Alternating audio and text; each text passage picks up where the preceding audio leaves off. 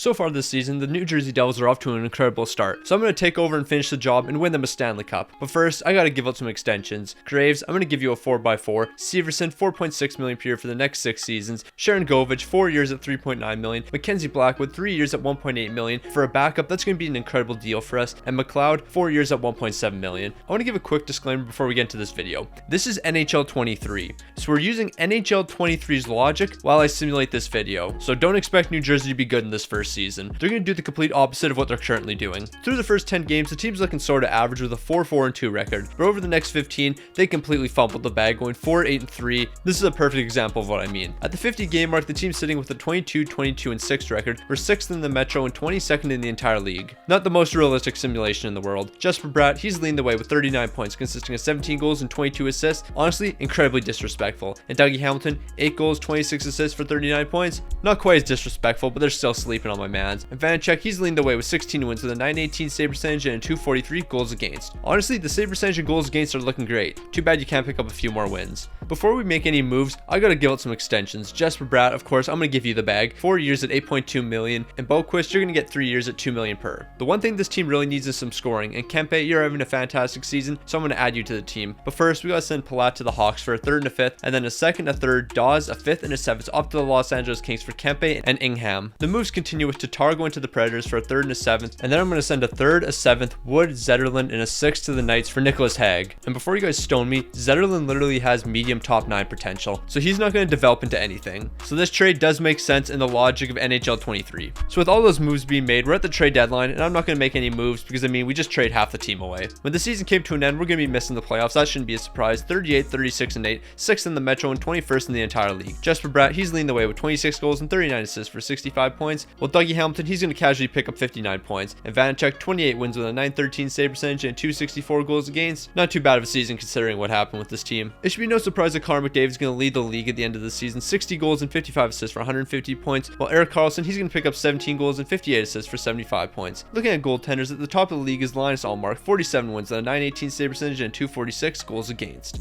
So I should have known. Based on the simulation so far, it's been completely unrealistic. And that continues as the Toronto Maple Leafs are going to defeat the Colorado Avalanche in 7 games to hoist the Stanley Cup. We all know that's definitely not going to happen. I guess the only realistic part about this is Mitch Marner leading the way in the postseason with 9 goals and 20 assists for 29 points, because this dude's playing absolutely elite right now. Hopefully he can keep that point streak up. But now that I mentioned that, don't be surprised if in the next game or two, his point streak ends. Oh yeah, and Samsonov, 16 wins, a 916 save percentage and 262 goals against. Congrats on the Stanley Cup. Taking a look at the draft lottery results, Philly's going to jump from 7-1 while we get the 12th overall pick. We had 3 picks in the upcoming draft, but our most notable prospects were a medium elite potential goalie and a low elite potential defenseman. Heading into the re-sign phase and free agency, I'm going to make some big moves. So Bastian, 2 years at 1.4 million. Eric Holla, I don't want to commit this amount of money to you, so I'm not going to be bringing you back. Holtz, I still have you under contract for next season, but I'm not giving you $8 million for an extension. That's absolutely ridiculous. Mercer, 1.7 million per year for the next 4 years. After signing Mercer, we got to make 2 trades. Foot and a 4th is going to go to the Rangers for Hedel, and then Severson's off to the Flames for 2 seconds. I know I recently just signed him, but we have a young prospect coming up next season, so I don't really think we need Severson, especially for what we're going to be paying him. Hedel, I'm going to give you a 4-year extension at 3.8 million, and then Eric Holla, I said I wouldn't sign you at 3 million per year for 3 years, but I'll definitely sign you for 2 years at 2.3 million. So looking at this team, I think we're in a much better spot than we were last season. All the young players continue to improve, and I believe we have better support in front of our goalie, so I'm expecting we go on a deep run. Also, before we get into this season, if you haven't already, make sure to subscribe. I'm trying to pass the Philadelphia Flyers in subscribers on YouTube. A couple weeks ago, they had a massive lead on us, but now it's down to 500 subscribers, so if you haven't already, make sure you subscribe and turn notifications on so you can be notified of when I upload.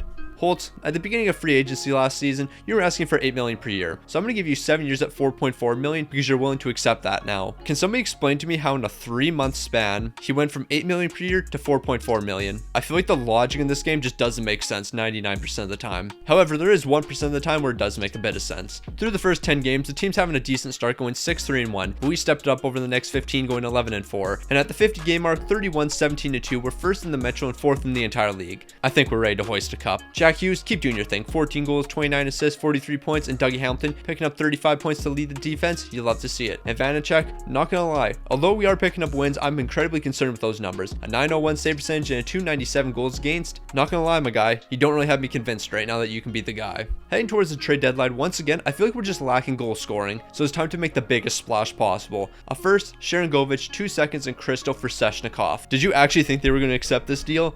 No, they're declining that in a heartbeat. so we're going to have to get a different elite scorer. I'm going to send the exact same deal to Ottawa for Alex DeBrincat, and we've got a deal done, and we've got a new #1 goal scorer. When the season came to an end, we're finishing strong with a 48, 30, and 4 record, 2nd in the Metro and 9th in the entire league. DeBrincat's doing his thing with 36 goals and 36 assists for 72 points, while Dougie Hamilton, he's leading the defense with a fantastic season, 20 goals and 48 assists for 68 points. And Vanacek, the numbers are still concerning me. Yeah, you picked up 40 wins, that's looking fantastic, but that 900 save percentage and that 305 goals against average, I don't think we can win a Stanley Cup with you. I'm just going to keep it a stack. Taking a look at the entire league, it should be no surprise Connor McDavid's once again leading the way with 112 points consisting of 52 goals and 60 assists, while Victor Hedman, he's leading all defensemen with 16 goals and 62 assists for 78 points. Looking at goaltenders, Connor Hellebuyck, he's just going to be 1 win above Vanacek with 41 while posting a 904 save percentage and 286 goals against. So of course we're making the playoffs, and in the first round we're going to be taking on the Columbus Blue Jackets. So the boys were looking great early on. We had a 2-1 series lead, and then we dropped 3 straight. Yeah, that's a tough one, not gonna lie. And when the playoffs came to an end, the Boston Bruins went on to win the Stanley Cup. That should have been us, but you know what the one difference between us and the Bruins are? We don't have an all-star goalie, so we might have to make a move, unless Vanacek completely turns it around next season. In the one round we play, Hamilton wasn't too bad. He led the team with 8 points, and Charlie McAvoy, he's gonna lead all postseason scorers.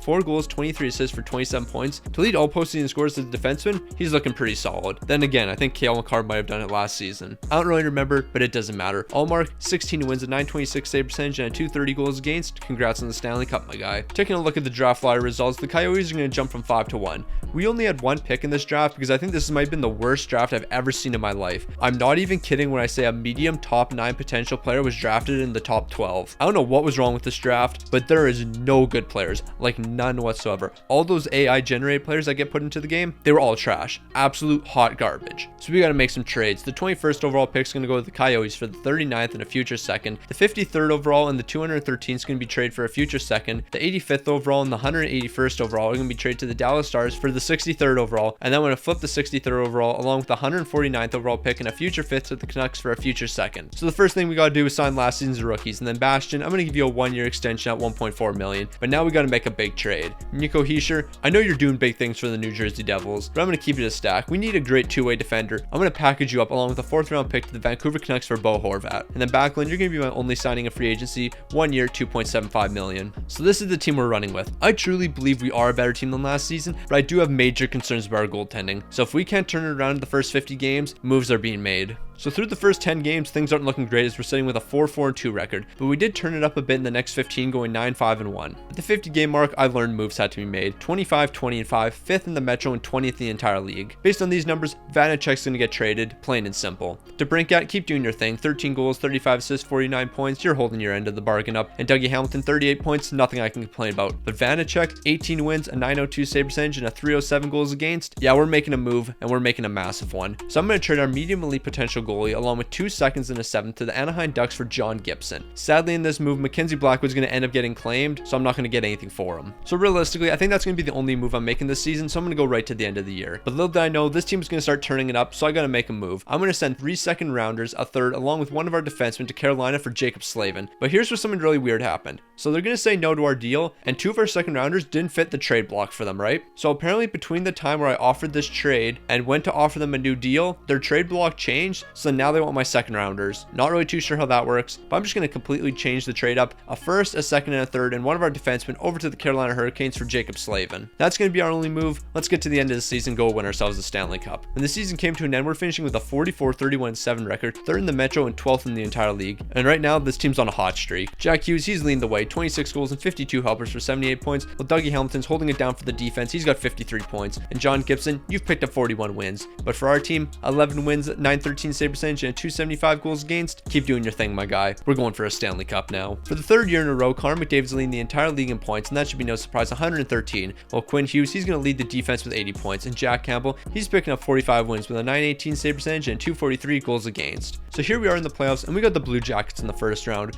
Last season, they humiliated us, so it's time for us to get our revenge. And that's exactly what we're doing. We're beating them in 5 games in the first round, and that was some light work for us. Now we're warmed up. And in the second round, we're going to take on the Washington Capitals. Washington's not going to put up a fight against us. We're beating them in 5 games. And peep the 3 games where we only led in 1 goal. Yeah, John Gibson was the missing piece for us. And now we're probably going to have our toughest matchup yet. We got the Tampa Bay Lightning. Not going to lie, whoever wins between this series is definitely going on to win the Stanley Cup. And Tampa was definitely our toughest fight yet, but 3 overtime wins are going to help us reach the Stanley Cup final, and we're taking on the Vancouver Canucks.